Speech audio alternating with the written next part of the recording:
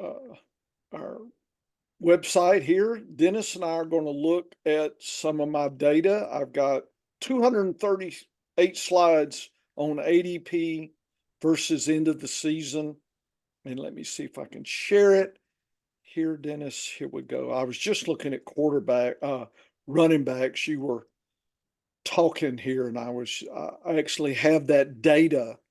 I don't know if it's, here we go. So let's start at the beginning here. So let me set up this journey that I have been recording my lesson plans on. Dennis hadn't seen a lot of this data yet. I've been showing him other data.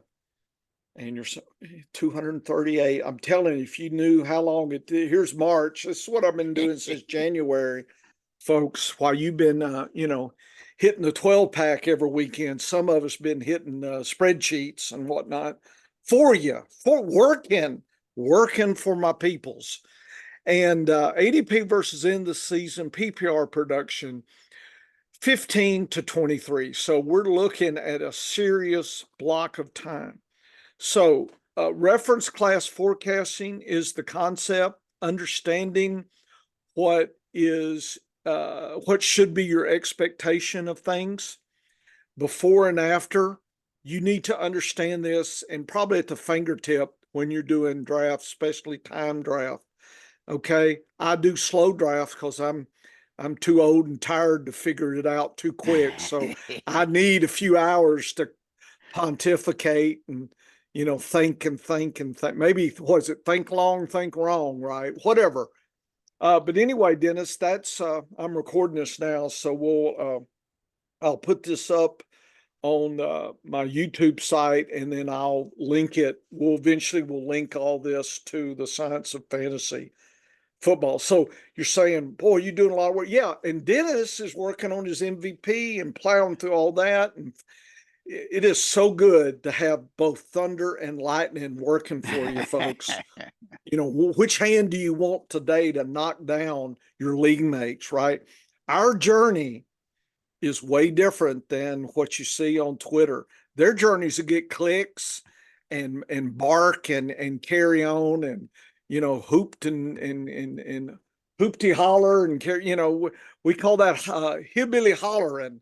It don't mean nothing, right? Until you taste what's coming off the still, then you know who's the craftsman and who's not, right?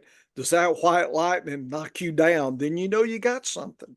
So that's how we measure things here in Arkansas, is that when you taste that sip, and in this case, sip of our data, you're going to like, man, this tastes good. Let me have some more of this, especially come next January when you count those checks that are coming in the mail here or emailed to you, or however you get your money, except for some of these leagues. Please use League Safe or something. Oh, yeah. Yeah, folks, come on. Anyway, Dennis, take a look at this data here. This is the broad landscape of the landscape. This is 15 to 23. This is the ADP sector. So I broke each round into halves.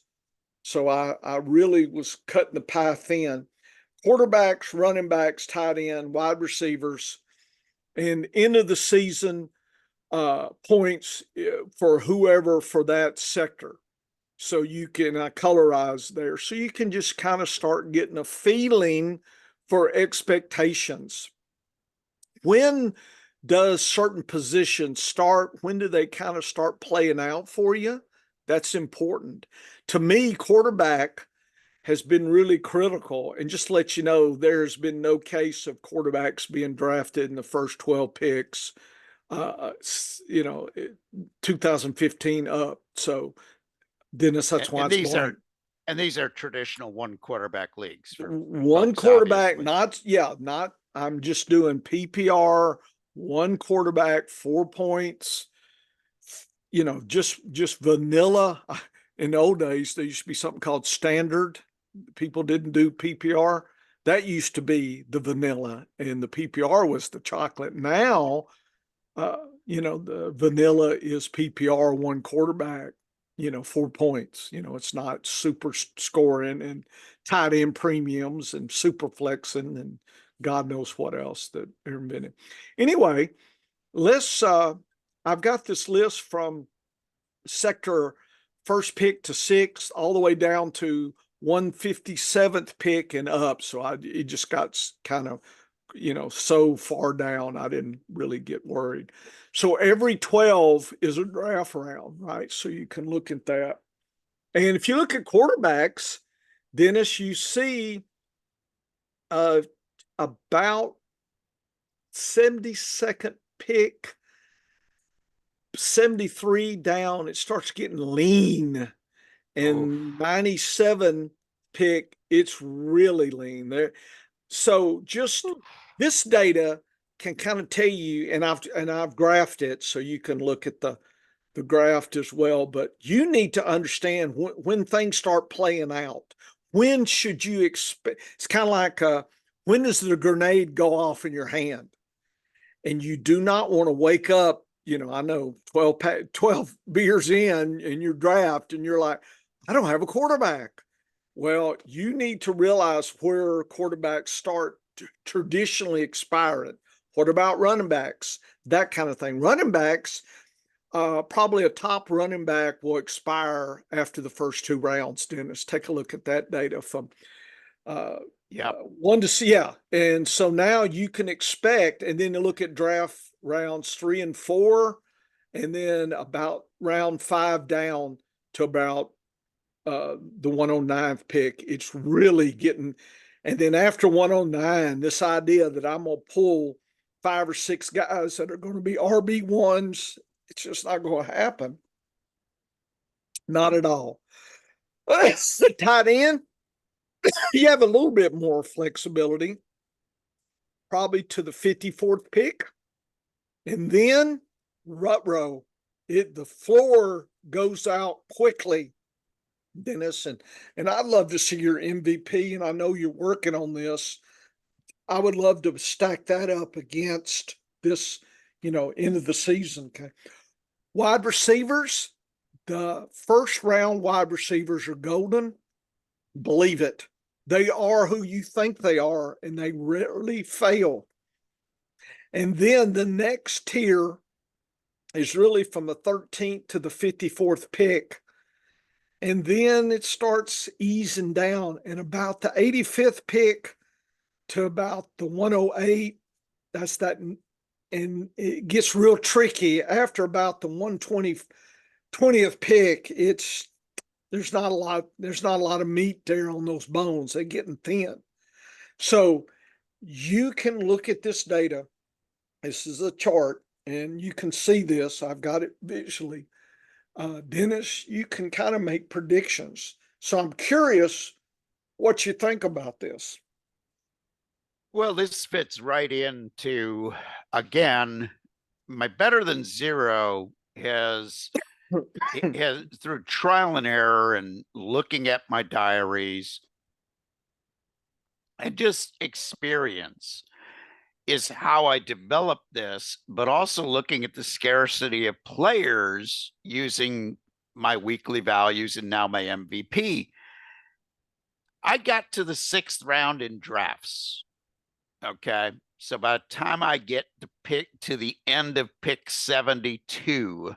Yep. Boy, a lot of things are happening about there too, Yeah. Dennis. Yes. So I got 6 players on the board. I would love to have one at least elite running back. Mm-hmm. Okay. I want at least 3 of my wide receivers by then. Yep.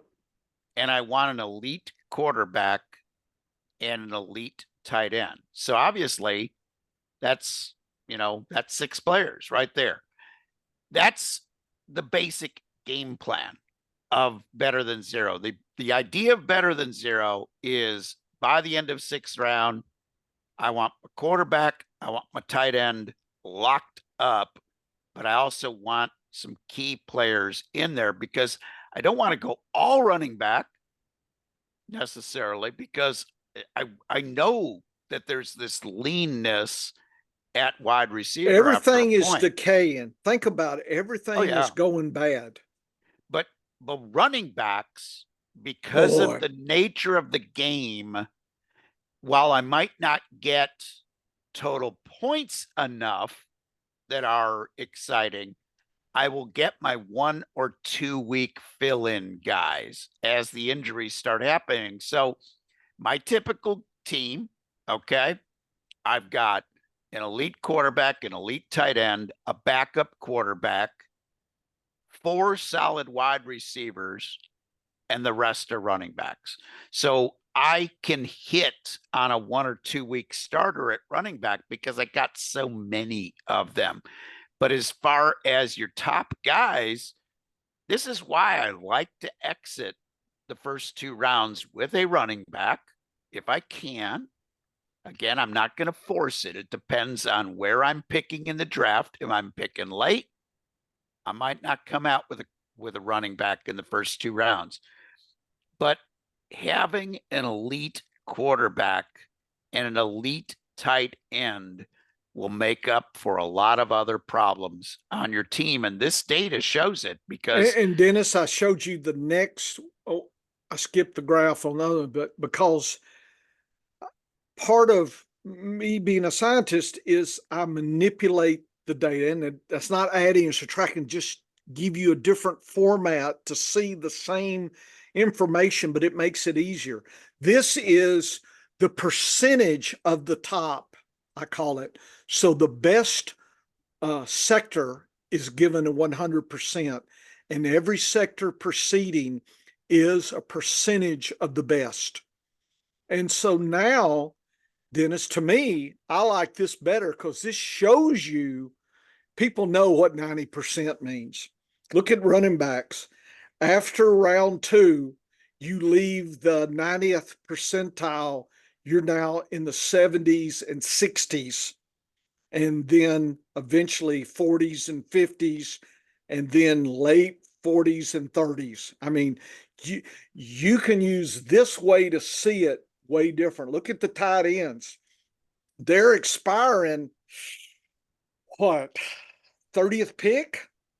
You're gone, you're below the 90th percent, Dennis. Yikes indeed. So now, even you said your 6th round, I'm saying one of your early decision, do you want an elite tight end?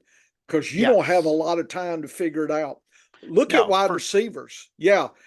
First round, they're golden, 198. The next 1, 2, 3, 4, 5, 6, 7 is mid 80s to 80%.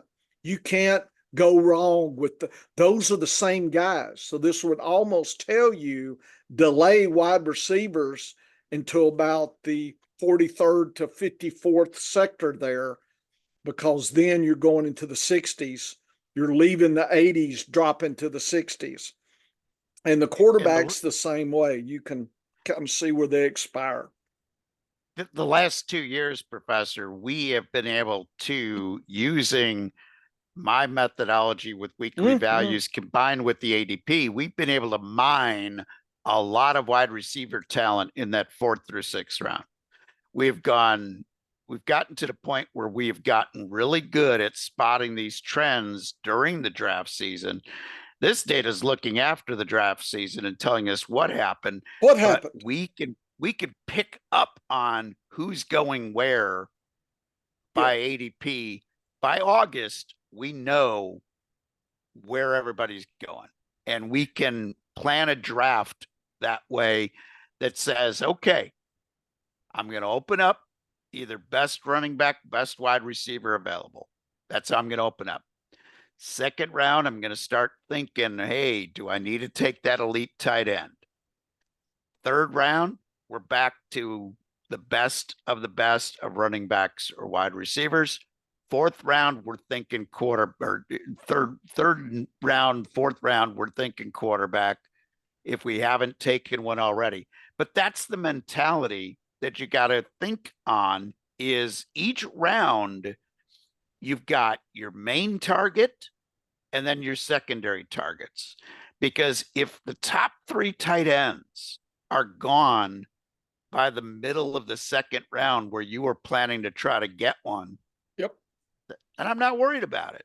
If I missed out on the top 3 tight ends because they went way earlier, I'll deal with it. I'll punt the tight end position. But this is how you have to attack the draft. And this data tells us where we had to take our tight end. And as you notice, if you were to look at this data year by year, I'll guarantee tight end and quarterback have been moving up in these rankings. That's what the MVP scarcity is telling us of those 100+ guys. There's so few of them that they are gone earlier.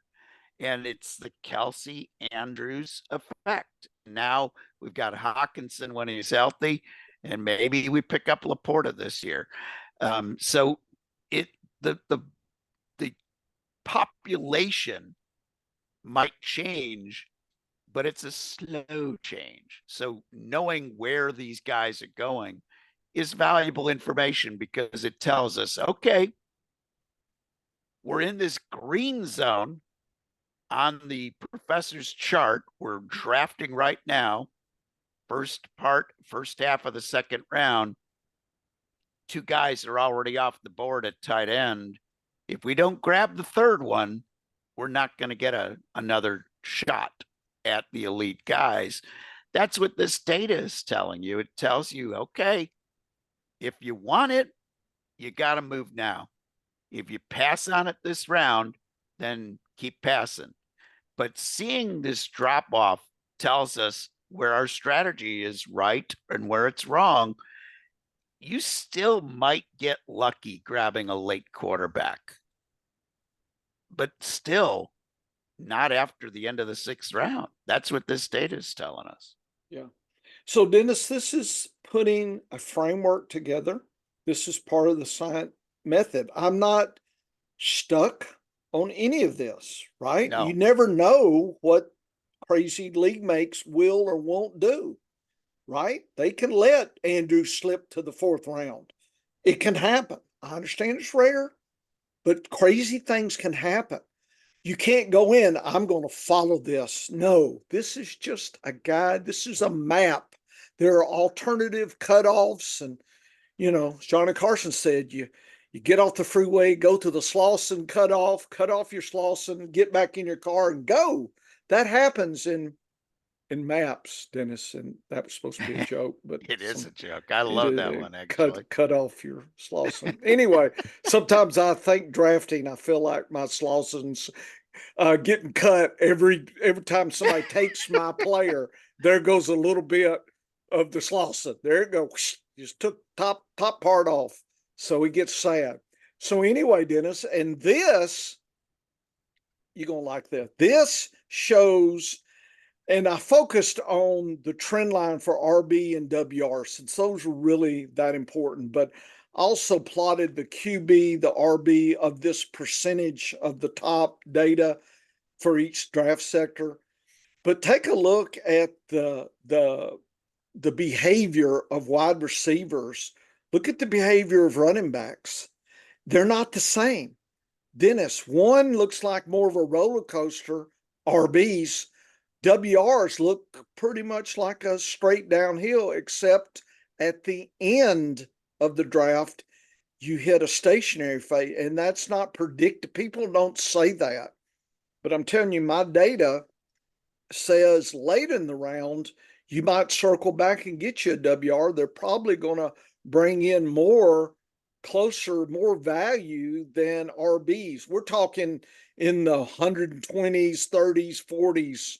If you're just sitting there, what the hell do I draft? Take you a wide receiver. If you've got enough RBs to go with it, Dennis would argue go with the RBs that can move up. So there's that. You've got to have that debate. How do you want to do it? I'm showing you what the data said on average. It doesn't mean that puts money in your pocket, but you do need to be aware of what's there. And if you go against the grain, then you better make sure you've got a logical reason why. But anyway, Dennis, that's why I plotted the 2 ones so that people don't assume that RBs and WRs are the same. They're not. You should not treat them the same. People get confused, especially early people. that haven't played a lot. They don't see a difference. And I'm telling you, that one chart should show you a difference. This trend line should show you a difference. And people watch this, watch it again, make notes, copy the chart, take a picture, whatever, screenshot, print it out, whatever. But RBs, I mean, quarterbacks, tight ends, completely different fish. But RBs and WRs are not the same fish either. And here's the interesting thing, Professor, is when I did that MVP study, I showed that the number of elite players, the number of WR2s, WR3s hasn't changed.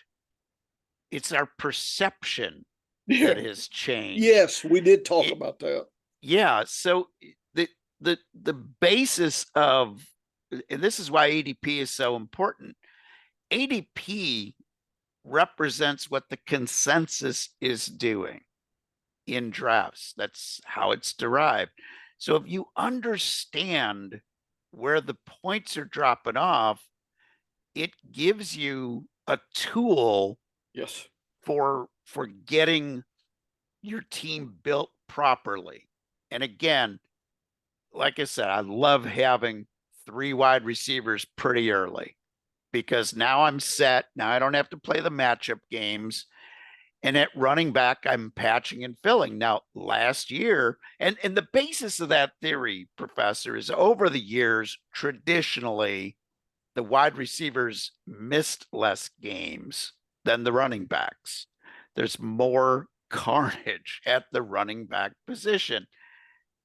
Last year, we lost Justin Jefferson for a long time. We lost Jamar Chase. 2 of the best wide receivers had injury-plagued seasons last year, and the public is going to remember that.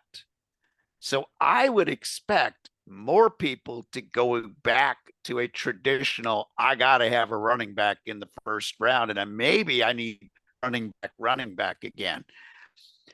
That's fine. Like, your strategy can change, but each round I would look and say, I'd put little notes. So I put, first round, I'm taking the best player available, period. My highest rated player. I don't care what position he is. Now, the first 5 rounds, Professor, I don't care if the best rated guy is a wide receiver, and I'm willing to accept the risk. Let's say I missed out on the tight ends. I missed out on the guys that I have as my elite quarterbacks, and the best running backs are gone. If the best player is a wide receiver, I keep taking them. I will overdraft a position, because you can make trades in fantasy football, most formats. But you need to know at that point, if I do this, what is the result? And your chart and all of this data is telling us, if you pass on these players, this is the likelihood of getting a top player, and it drops off quickly.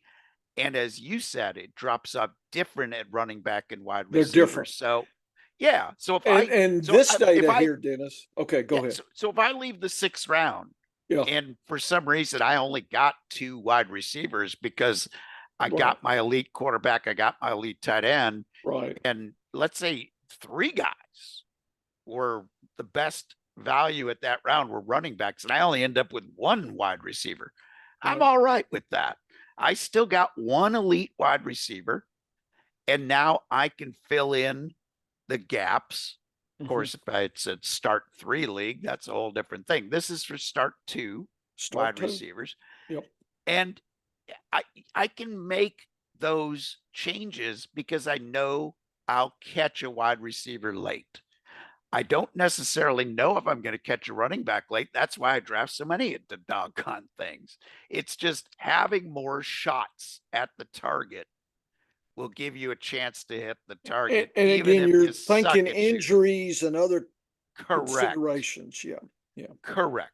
Okay. But so I love this data. Yeah, so what I did, I showed the trend RB WR. Then I made again, looked at the numbers, percent top, and did a ratio.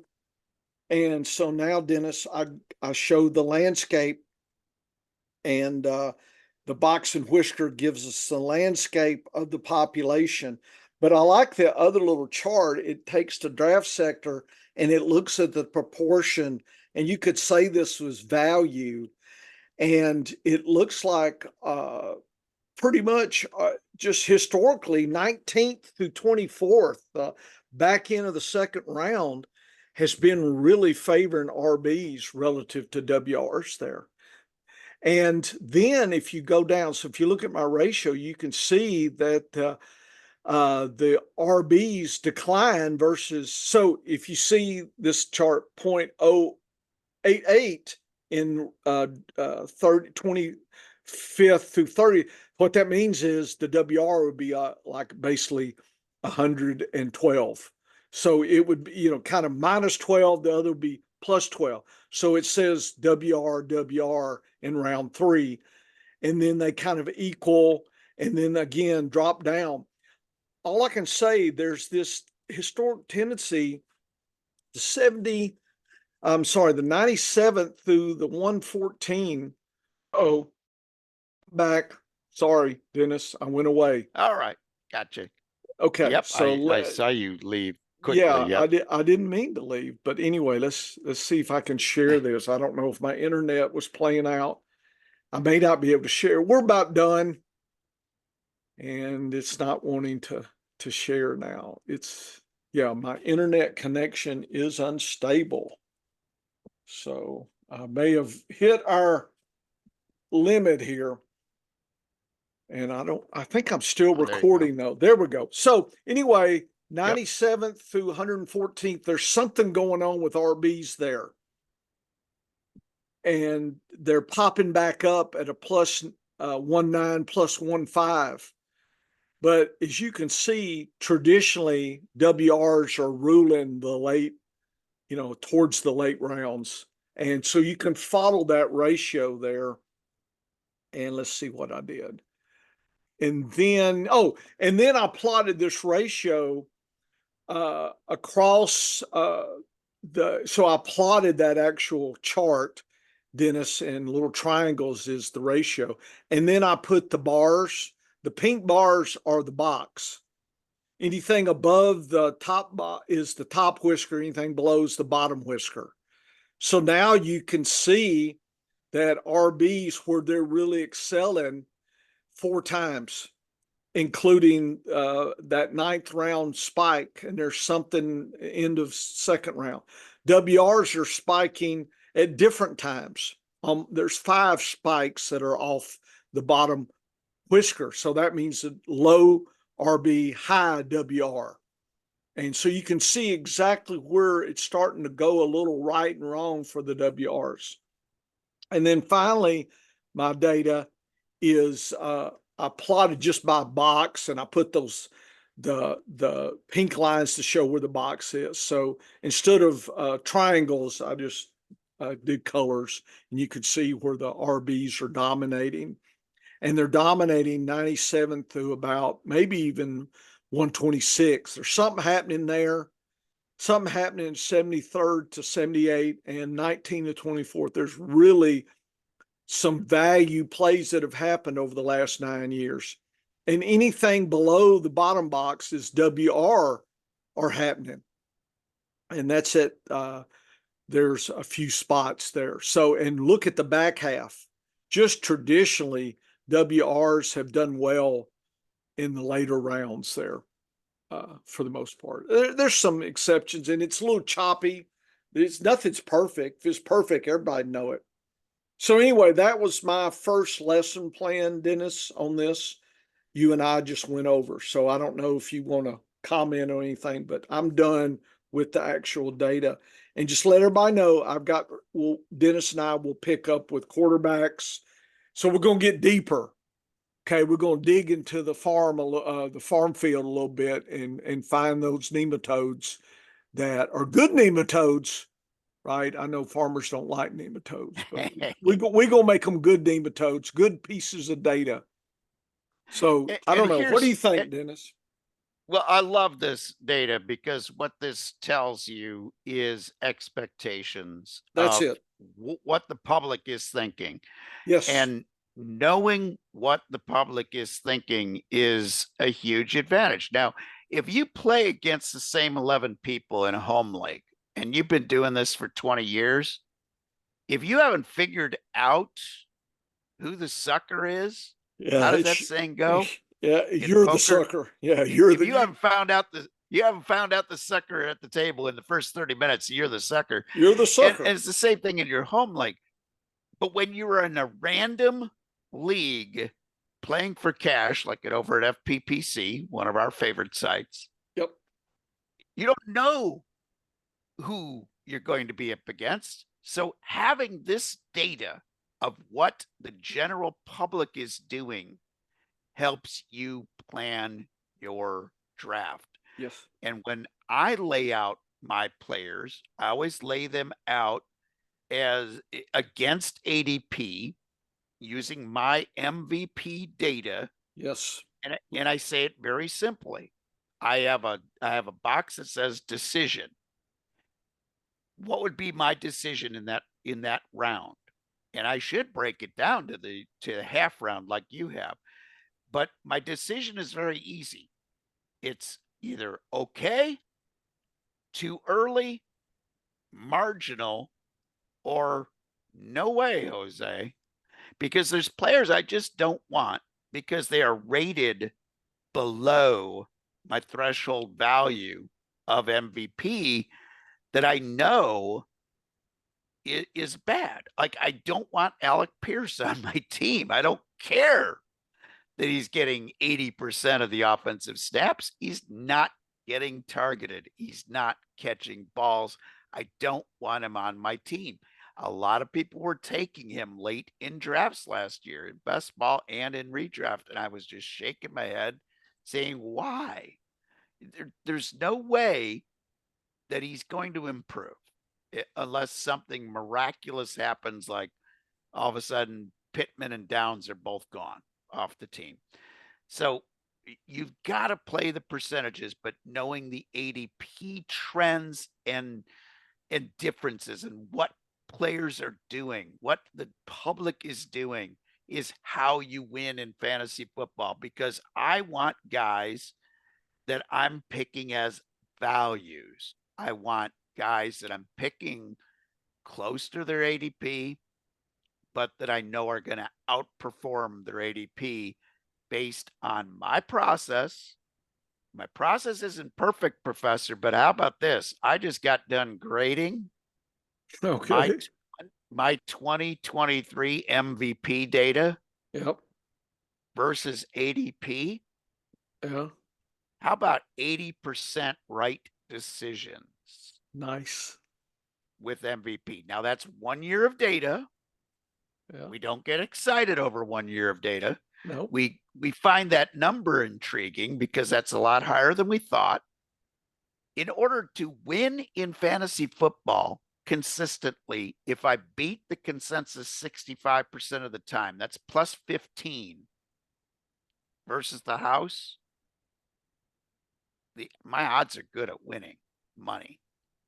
So if I am 80%, if I'm 30% better than guessing, 30% better than the consensus going just off of ADP, if I'm right on my decisions versus ADP 80% of the time, that is value that I'm going to be able to cash in on. So at a particular point in the draft, Professor, all I'm taking is upside. I'm taking guys that have a chance to get that opportunity, young players who are improving. It's no different than in horse racing. If you're looking at a field of 3-year-olds and up, the 3 and the 4-year-olds are the main horses because they're going to get better. They could be improving. So I'll take an improving 3 and 4-year-old versus a stagnant 6-year-old in horse racing any day of the week. Same concept in fantasy football. Give me the young player that hasn't done anything yet. Give me the Nico Collins. And he might be able to step up his game because we haven't seen what he can do yet. Once a player has 4 or 5 years in, I'm not waiting for the breakout anymore. Yeah. The breakout ain't coming. What you are what you are at that point. And that's how you have to look at fantasy football is you've got to make smart decisions at different parts of the draft. And this data, Professor, gets your first 6 rounds off to a great start. I think so. I think it sets the table. Dennis, with your fingertip knowledge, you're down to the player level. I'm still up in the clouds a little bit, but I'll work my way down this till about August here. And, you know, if somebody's diary and how their patterns have done and has put money in their pocket, I'd say follow that. You know, if for whatever reason, you know, you pick 5 RBs in a row and you can win, you're doing better than probably most everybody if pick 5. That kind of thing. If you're doing something extreme and it's working, why, you know, keep doing it. Keep collecting that cash. And last year, Professor, it's very important before you enter the draft to know what's likely to happen. Yeah, And I by track that, that with my data. We'll be dealing with that. I got a simple visual tricks to follow what the public's doing this year. Oh yeah, we'll have all that done at the right time. It's delicate. yeah, Gotta handle it delicately. and yeah,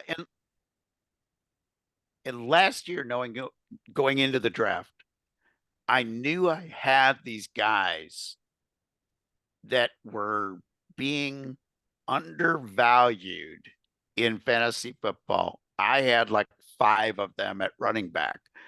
I don't always have 5 of them at running back. Sometimes I only have 1 or 2.